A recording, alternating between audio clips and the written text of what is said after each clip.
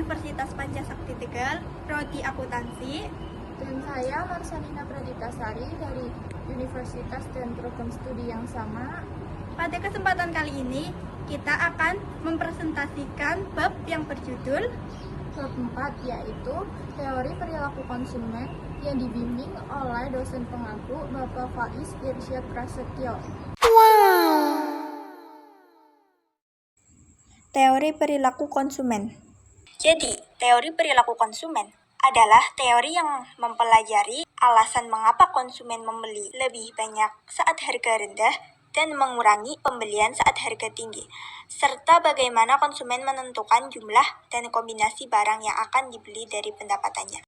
Pendekatan teori perilaku konsumen terdiri dari 1. Pendekatan nilai guna, utility, kardinal.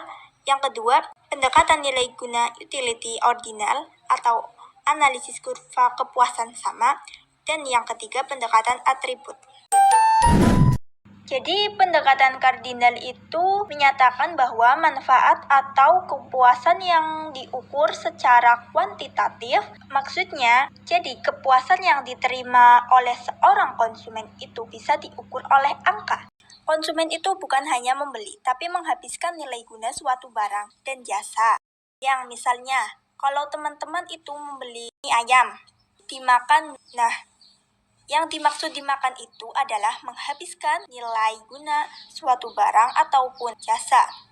Contoh pendekatan kardinal, yaitu ketika teman-teman ingin membeli sebuah barang, namun ketika sampai di toko barang tersebut, ternyata barang yang ingin dibeli itu harganya lebih mahal daripada yang dipikirkan.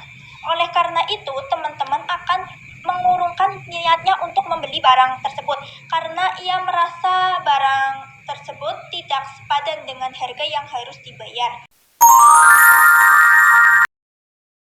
Jadi secara kualitatif, pendekatan ordinal itu artinya sesuatu yang tidak dapat diukur secara angka. Jadi kalau kardinal tadi kan ada nilainya, terus kalau ordinal itu tidak bisa dinilai dengan angka. Contoh pendekatan ordinal, contohnya itu ketika teman-teman ingin membeli baju di sebuah toko. Kemudian pada saat teman-teman sampai di toko baju tersebut, ingin membeli baju tetapi harganya itu lebih mahal dari yang teman-teman perkirakan. Maka teman-teman akan tetap membeli baju tersebut, baik itu harganya mahal, baik itu harganya ternyata tidak sesuai sama ekspektasi teman-teman, itu tetap akan membeli baju tersebut untuk mendapatkan kepuasannya untuk membeli baju tersebut. Maka teman-teman itu akan merasa puas setelah membeli baju tersebut. Pemaksimuman kepuasan konsumen, yaitu seseorang konsumen akan mencapai kepuasan yang maksimum apabila ia mencapai titik di mana garis anggaran pengeluaran menyinggung kurva kepuasan yang sama. Dalam artian, seseorang akan merasa paling puas saat membelanjakan uangnya dengan cara paling pas, yaitu jika uangnya hampir habis dan setiap pilihan yang diambil benar-benar memberi manfaat maksimal. Jadi, tidak ada uang yang terbuang sia-sia dan tidak ada keinginan penting yang terlewatkan. Atau dengan kata lain, uang terbatas, keinginan banyak. Contoh singkatnya ketika seorang konsumen memiliki uang sebesar Rp100.000. Kemudian, konsumen tersebut memilih untuk membeli beras, telur, dan sayur. Dengan kata lain, daripada konsumen tersebut membeli satu barang mahal, tetapi kebutuhan pokok tidak terpenuhi, maka konsumen tersebut memilih kombinasi yang lebih efektif, yaitu dengan membeli kebutuhan pokok. Hasilnya, hidup lebih nyaman dan puas.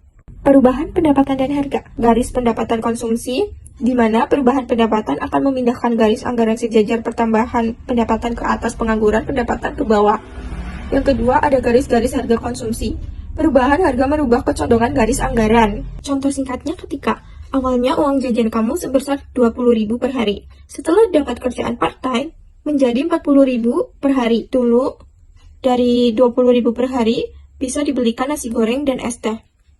Kemudian untuk sekarang, karena Rp40.000 per hari, maka uang tersebut dibelikan nasi goreng, es teh, dan cemilan tambahan. Karena uang bertambah, kepuasan dan jumlah barang yang dibeli juga ikut naik. perubahan harga, kalau harga barang berubah tapi uang kita tetap, maka harga turun bisa beli lebih banyak. Harga naik bisa lebih sedikit atau cari alternatif lain. Contohnya dalam kehidupan sehari-hari, ketika harga naik, harga kopi kekinian naik dari 18.000 menjadi 25.000. Kemudian karena harga tersebut naik, maka efeknya tuh lebih jarang beli atau ganti minum kopi saset di rumah. Sekian presentasi dari kami, kurang lebihnya mohon maaf. Wassalamualaikum warahmatullahi wabarakatuh.